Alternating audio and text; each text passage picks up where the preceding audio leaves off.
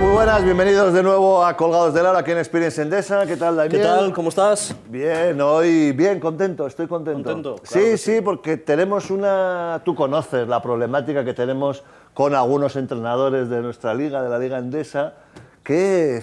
¿Les cuesta venir? Sí, porque dicen que nos lo tomamos todo de cachondeo. Ah, que a mí no me molesta, pero claro, tú tienes una reputación. No, a mí tampoco me gusta. Bueno, el caso es que es un placer para nosotros tener un clásico de nuestra liga, Juventud, Real Madrid, Cajasol, Kaunas y ahora desde hace varias temporadas en el Unicaja de Málaga es ni más ni menos que Joan Plaza. ¿Qué tal, Joan? ¿Cómo estás? ¿Qué tal, Joan? ¿Qué tal? ¿Cómo estás? Que... Bueno, muchas gracias por venir. Era cierto esto, ¿eh? ¿Ah, sí? Sí. No sé qué imagen tenemos por ahí.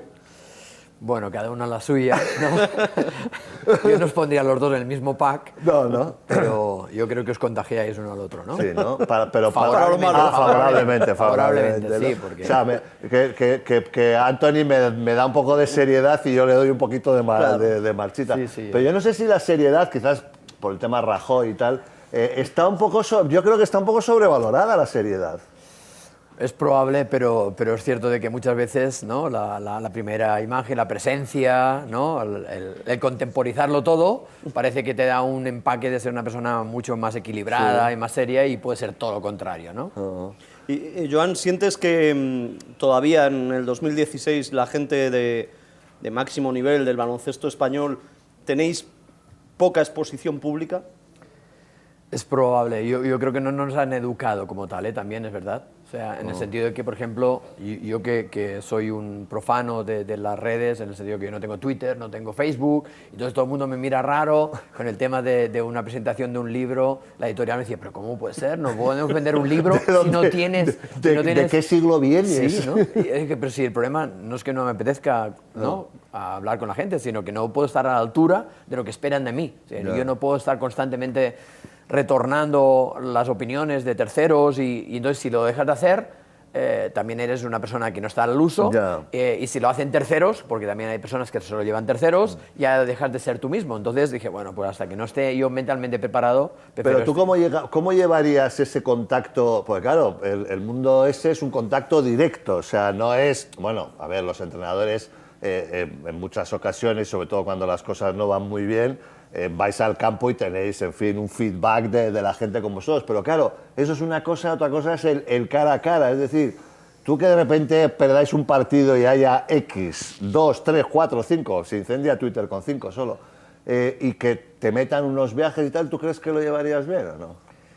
Yo aprendí mucho en mi época del Real Madrid. Una de las cosas que aprendí es que no puedes caer bien a todo el mundo, ¿no? Y eso no lo supe... Una gran enseñanza, por cierto. Pero yo no lo supe hasta mis años entrenando en el Real Madrid. Y eso es algo que, hasta que no te lo encuentras de cara, dices, ¿pero por qué? Si sigo siendo el mismo que ayer, que el año pasado, que hace 5 años. En este sentido, yo creo que aprendí y, por lo tanto, asumiría probablemente una mayor acritud hacia mi persona cuando vas a según qué lugares. Pero soy tan ingenuo que sigo pensando de que has de tener lo que te mereces, ¿no? Y entonces la correlación entre que cualquiera puede opinar, todo el mundo es periodista con una cámara, todo el mundo es puede entrevistarte, ¿no? Se me queda un poco alejada, ¿no? Porque tú quieres un punto de intimidad en tu proceder habitual. Entonces, cuando sales a pasear, te gustaría desconectar, y ahora todo el mundo es capaz de hacerte fotografías, y si te acercas mucho al metro de hotel, es que tienes alguna relación subversiva con él, ¿no? Pero sencillamente es que lo conoces desde hace años. Entonces, has de sobrellevarlo bien. Tú fíjate, lo del tema de las fotos, mira que yo tuve una época más joven que no era tan fácil como ahora, o sea, y mi relación con el público en general y con los medios no era tan buena como ahora, que es excelente, ¿no? Pero uno de los cambios fue pensar, con el tema este que, pues eso, que te aborden, ¿no? Digo, ostras, tú imagínate que prefieres esto o que un día salgas a la calle, tú en Málaga, y no te pare nadie. Y no te pregunte nadie qué tal el equipo. Yo creo que sería peor. Sí, yo os puedo decir que cuando era ayudante de Manel Comas, una de las cosas que él tenía, que yo aprovecharía para demandar el día de Manel Comas en la ACB, como el día de otros entrenadores o jugadores o importantes, Pero Manel Comas, una de las cosas que tenía los últimos años es que él estaba enganchado a la prensa y cuando no se veía en prensa se notaba faltar, ¿no? Pero claro, él ya estaba, él era un poco, él ayudaba un poco a las cámaras de televisión española, retransmitiendo algún partido, pero ya no estaba en el disparadero y él le jodía, ¿no? No encontrarse, coño, pero si yo he sido una persona vital para este deporte, ¿no? Entonces entiendo que entre una cosa y la otra hay unos grises en los que yo de momento prefiero moverme, ¿no? Esto que te pasó en el Real Madrid le pasó a Messina también, que claro, lo que extraña es que le pasara a él, que tenía mucha experiencia de haber estado en muchos sitios y él no lo llevó tan bien. ¿Del haterismo o qué?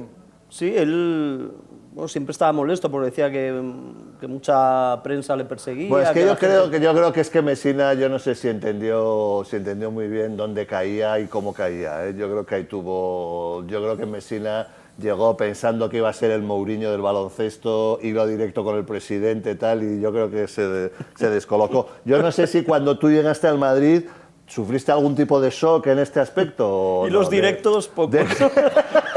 Bueno, en tu... Joder, bueno, ¿quién era cuando tú llegaste, ¿quién era el presidente? Calderón. Calderón. Sí. Hostia, vaya etapa aquella, uf. Sí, fue curiosa, sí. Bueno, para mí, yo creo que, y lo he dicho muchas veces, aunque la gente lo interprete mal, de que hay un antes y un después de esa situación, ¿no? Cuando Markovic me propone venir al Real Madrid, en casa no lo entendían muy bien y sin embargo se ha demostrado que fue la mejor decisión de mi vida, ya no solo por venir a Madrid y venir de ayudante, sino por conocer y abrir tu capacidad. Cuando estás mucho tiempo metido en tu aldea, ¿no? En tu ciudad, en tu región, dejas de descubrir qué es lo que sucede al otro lado, ¿no? Entonces venir a Madrid para mí era un shock, era el primer catalán que entrenaba al Real Madrid de baloncesto, entonces te van a caer, no me cayó nada, me trataron muy bien, evidentemente hubo un impasse donde había menos agua en los banquillos, donde los horarios no te los decían exactamente cuándo tocaba y no sé qué, pero después de esos primeros 2 o 3 meses de novatada, las cosas fueron muy bien. Y ahora, por ejemplo, tú echas, bueno, tu etapa, dentro de lo que cabe, no fue de las más, me refiero en el Real Madrid, de las más, no sé, incendiarias o tal, ¿no? Pero ahora, viendo la estabilidad que hay en la sección, no sé, ¿alguna vez has pensado, joder, si yo hubiese tenido esa tranquilidad, ¿no?, que parece que se respira ahora? No me lo he planteado, ¿no? Yo te diré, y además se lo dije al presidente actual ahora mismo, que yo entendí hasta que se hiciera ese cambio. Y lo entendí sencillamente porque ganó Florentino quiso traer al mejor entrenador de fútbol que había en Europa, quiso traer el mejor entrenador de baloncesto que había en Europa, en aquel momento eran Ettore y Mourinho, Ettore, ¿no? Claro. Bueno, que te sustituyan a ti por el mejor entrenador de Europa, pues lo entiendes, ¿no? Si tú eres el nuevo presidente y vienes además con energías de querer renovarlo todo, ganarlo todo, bueno, pues yo lo entendí. Otra cosa es que es evidente que las circunstancias eran distintas y el tipo de inversión que se hacía en el baloncesto era muy distinta y muy dispara a la actual. Ahora sí se está haciendo muy bien, hay mucha gente aún de aquella época, mucha gente del staff que estaba en mi época, algunos jugadores como Felipe Reyes, Sergi Llull, que aún están de aquella época, jugadores que se han ido como Mirotic, como Bogdanovic, que también coincidimos en aquella época. Yo estoy agradecido, pero evidentemente son épocas distintas. Vuelvo al tema anterior.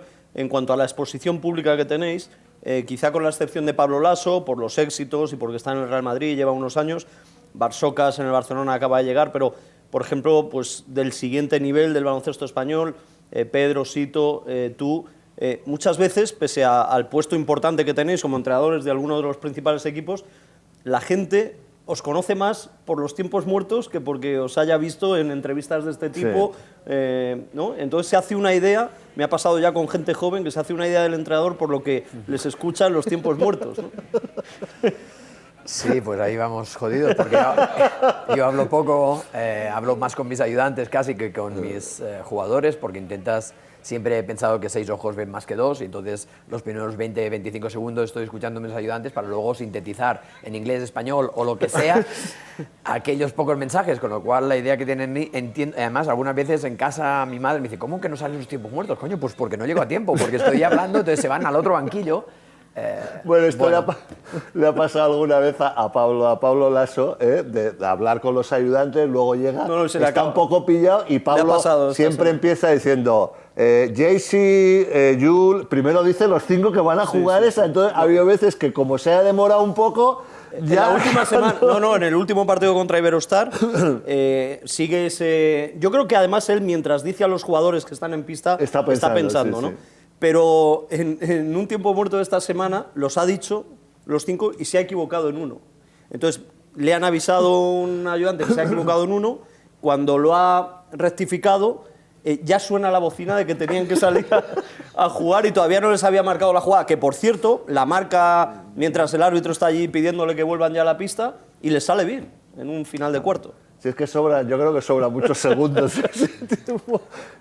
Porque además, sí que antes yo he visto esa evolución, que a veces es más concreto el tiempo, quizás porque tenéis más tiempos muertos igual, ¿no? Quiero decir que antes eran más genéricos, más como vamos, alguna cosa, pero Tú más... Tú tienes los de Lolo, ¿no? Bueno, Lolo tenía 2 tiempos muertos. De puta madre, chavales, ¿qué cojones estamos haciendo? O sea, eso eran los 2 tiempos muertos. No, pero ahora vais mucho más a la almendrilla, ¿no? A la jugada, bueno, a la jugada siguiente. Sí, 1 o 2 como mucho, ¿no?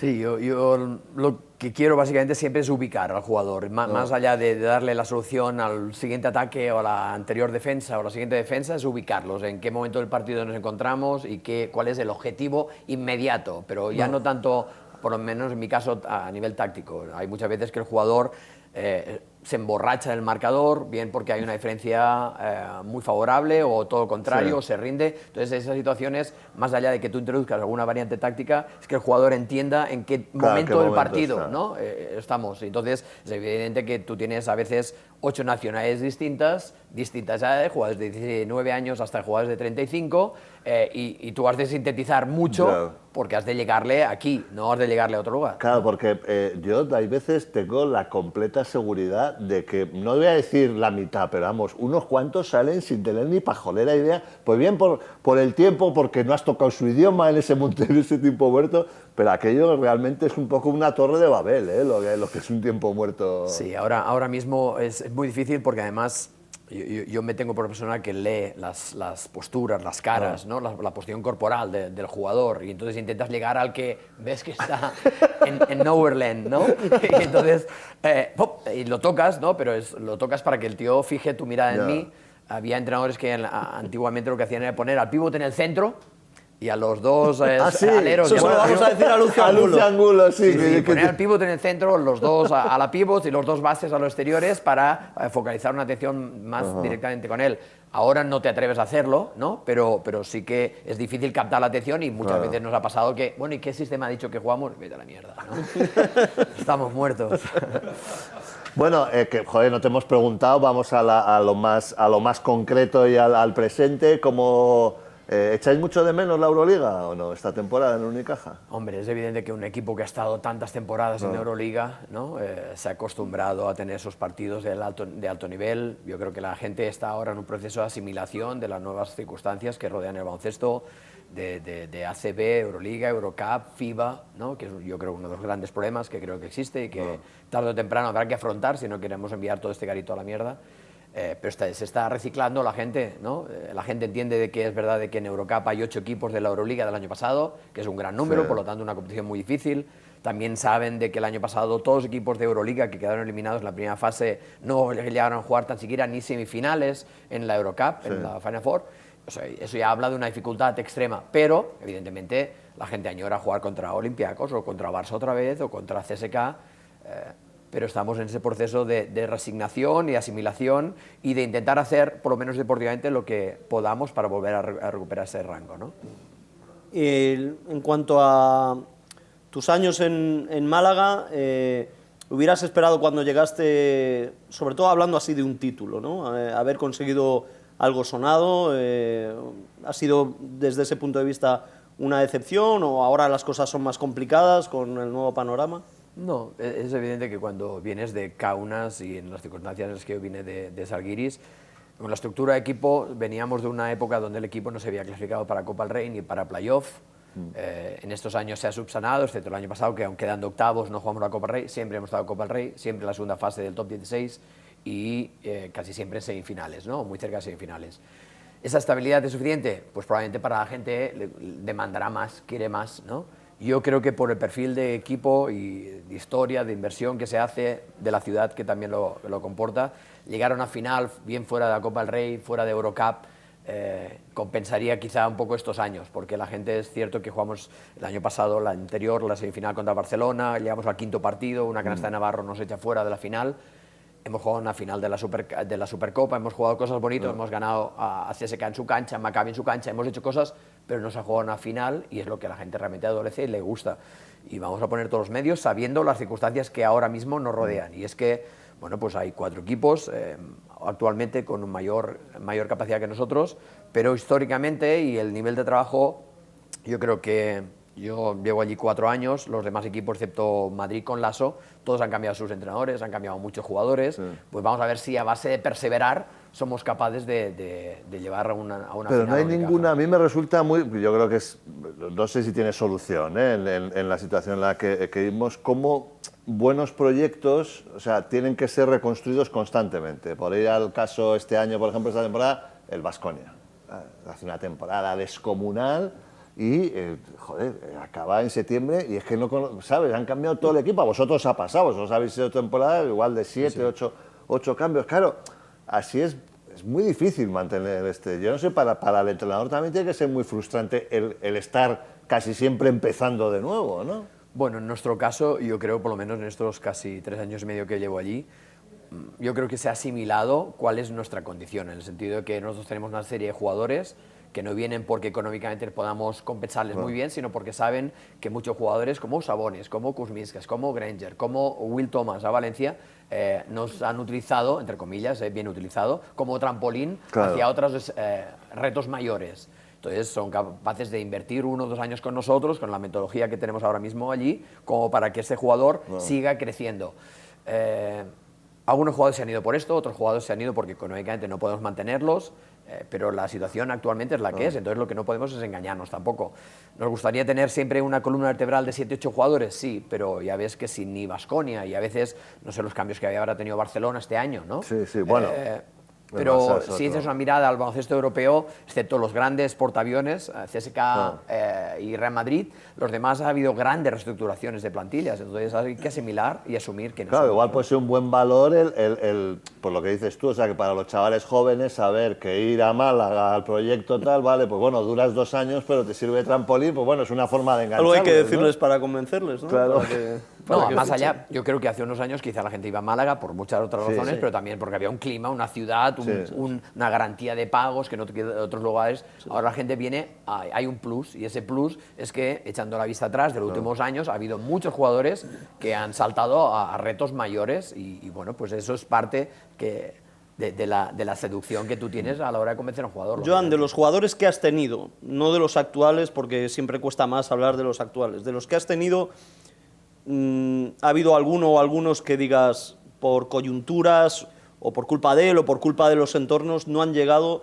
Y o sea, yo he tenido jugadores que podían haber sido pues top, super top de Europa o incluso jugadores importantes en la NBA y no lo han sido, por lo que sea. Sí, lo ha habido, pero lo que más recuerdo, sobre todo, es en la época en Badalona. Allí tenías que hacer buenos a los mediocres y a los mediocres hacerlos espectaculares y hubo grandes promociones, pero allí se quedaron por el camino muchos jugadores que parecía que podían tener un recorrido mucho más amplio del que tenían y que un entorno determinado no lo facilita. Y un entorno en el sentido de que hay muchos padres y eso sucedía ya hace 20 años y sucede ahora aún más. Sigue sucediendo, de jugadores que ya los separan del colegio, intentan centralizarlos, y de estos yo me he encontrado casos, tengo 2 casos, que no os diré el nombre, que uno es ascensorista, se arregla ascensores y ha jugado al máximo nivel europeo, y otro trabaja en un mercadillo.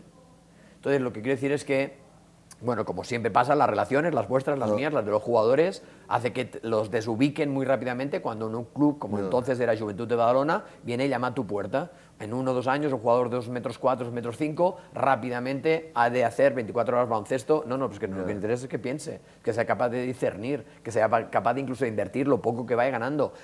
Yo creo que el entorno del jugador ha mejorado, honestamente así lo creo, es decir, los representantes, todo lo que rodea a un jugador ha mejorado de tal manera que aunque siga habiendo gente que que derroche todo el dinero que invierta Sí, sí, sí, o pero realmente que están más- se engañe a sí mismo.